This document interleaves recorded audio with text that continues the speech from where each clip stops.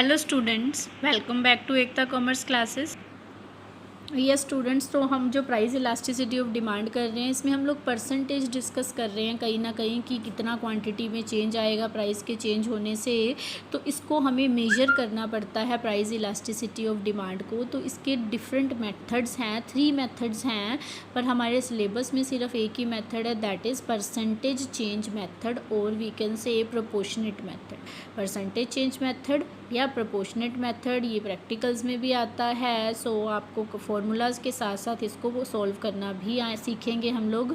तो अभी जो फॉर्मूला रहता है इलास्टिसिटी ऑफ डिमांड का, अभी हमने पीछे मीनिंग पढ़ा कि price elasticity of demand is the percentage change in quantity demanded with the percentage change in price. उसी से हमारा देखो फॉर्मूला बन गया, क्या बना? Percentage change in quantity demanded divided by percentage change in price. मतलब प्राइस के इतना परसेंट चेंज होने से क्वांटिटी में इतना परसेंट चेंज आया है, उन दोनों के बीच की रेशो क्या हो जाएगी? Elasticity of demand. देखो इसका जो मैंने ये क्या लगाया, नेगेटिव साइन। जब भी हम ये फॉर्मूला यूज़ करते हैं तो इसके आगे ये नेगेटिव साइन लगता है, इसका एक लॉजिक है।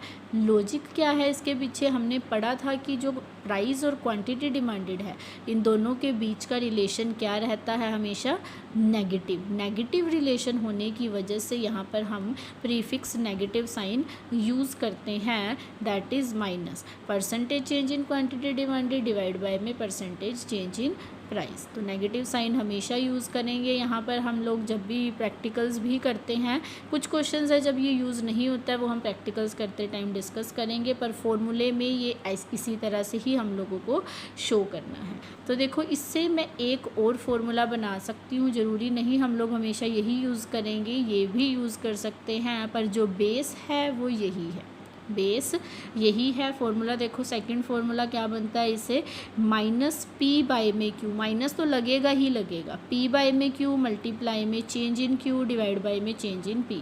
देखो ये जो मैंने अभी आपको सिंबॉलिक फॉर्म में दिखाया है, इसकी फुल फॉर्म में अभी बता देती हूँ। फुल नेम क्या रहेगा? पी बाय क्यू मल्टीप्लाई में डेल्टा क्यू डिवाइड बाय में डेल्टा पी, आगे नेगेटिव साइन रहेगा ही रहेगा। देखो अब यहाँ पर इस फॉर्मूले में ई D is price elasticity of demand. E D क्या है?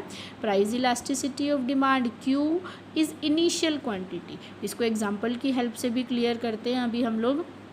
क्यू इज़ इनिशियल क्वांटिटी और initial demand, P is initial price और एंड ये जो P1 भी इसके अंदर हम लोग यूज़ करते हैं। P1 क्या होता है? न्यू प्राइस और Q1 है न्यू डिमांड। ये अभी नीचे एग्जांपल देखते हैं एक।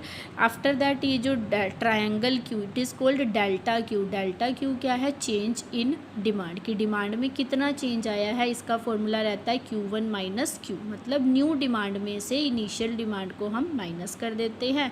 Similarly delta P change in price, मतलब प्राइस में कितना चेंज आया, new price minus initial price, P1 minus P। तो हम जो हमारे पास इंफॉर्मेशन दी होती है उसके अकॉर्डिंग ये सब कुछ पता लगा के इस फॉर्मूले में पुट करके हम लोग क्वेश्चन सॉल्व कर सकते हैं। तो देखो एक एग्जांपल लेते हैं इस फॉर्मूले के अकॉर्डिंग। हम लोगों ने क्या कहा? प्राइस 5 से 10 इंक्रीज़ हुआ, क्वांटिटी 4 से 2 डिक्रीज़ हो गई, क्योंकि पता है प्राइस के बढ़ने से क्वांटिटी डिमांडेड डिक्रीज़ हो जाती है। अब यहाँ पे फॉर्मूला हमारा है E D is equal to P by Q multiply change in Q divide by change in P, आगे माइनस साइन। तो यहाँ पे सबसे पहले मैं इसका लिख लेती हूँ क्या क्या चीज़ है। ओरिजिनल P 5 है, ओरिजिनल Q 4 है, P1 10 है, Q1 2 है। यहाँ पर देखो पुराना प्राइस, इनिशियल प्राइस ये था, इनिशियल क्वांटिटी ये थी, जो न्यू प्राइस ये आया, फिर न्यू क्वांटिटी ये, क्योंकि बढ़कर इंक्रीज़ होकर प्राइस इतना हो गया, क्वांटिटी इतना हो गया, it means new price 10, new quantity 2। तो अब change in price find out करना पड़ेगा हमें यहाँ पे, क्योंकि हमें फॉर्मूले में चाहिए है change in price P1 minus P 5, change in quantity Q1 minus Q 2 minus 4 minus 2। अब जहाँ पे हमने इसको Q माइनस Q1 नहीं करना है, क्योंकि फॉर्मूला Q1 माइनस Q ही है, नॉट Q माइनस Q1। तो ध्यान रखना न्यू माइनस ओल्ड हमेशा चेंज रहता है, तो नेगेटिव वैल्यू ही आएगी, क्योंकि क्वांटिटी डिमांडेड डिक्रीज़ हो रही है। तो अब वैल्यूज़ पुट करते हैं। ओरिजिनल P या इनिशियल P क्या है हमारे पास? Price 5, initial quantity 4, change in quantity quantity हमने फाइंड आउट किया -2, change in price find out किया है 5। इसको जब हम सोल्व करते हैं तो वैल्यू आ जाती है हमारे पास 0.5। This is less than unitary. Unitary मतलब 1 से कम है, ये कंसेप्ट हम बाद में डिस्कस करेंगे। तो देखो अभी मैंने तुम्हें ये बताया कि किस तरह से हमने इस फॉर्मूले को यूज़ करना है। इसमें P क्या है, Q क्या है, change in Q, change in P, ये सारा कुछ with the help of example हमने देखा। तो देखो हम लोगों ने यहाँ पर इलास्टिसिटी ऑफ डिमांड का ही फॉर्मूला किया है सिंपल। जो बेसिक फार्मूला था वो तो ये था, पर उससे ये फार्मूला कैसे बना ये भी मैं आपको एक बार बता देती हूँ। It should be clear to you, जिसमें हम लोग इसका फार्मूला पुट करके फिर ये डिराइव करते हैं। यस स्टूडेंट्स, देखो डेरिवेशन देख रहे हैं। जो सेकंड फार्मूला है वो फर्स्ट से कैसे आता है।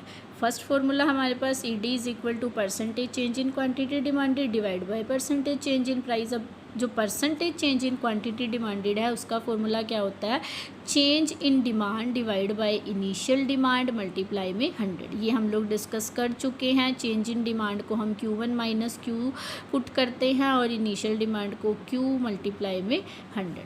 Similarly percentage change in price का फॉर्मूला है change in price divide by में इनिशियल प्राइस मल्टीप्लाई में 100, delta P divide by P multiply में 100। देखो अब ये दोनों की values percentage change in quantity demanded and percentage change in price इसमें पुट करते हैं हम लोग।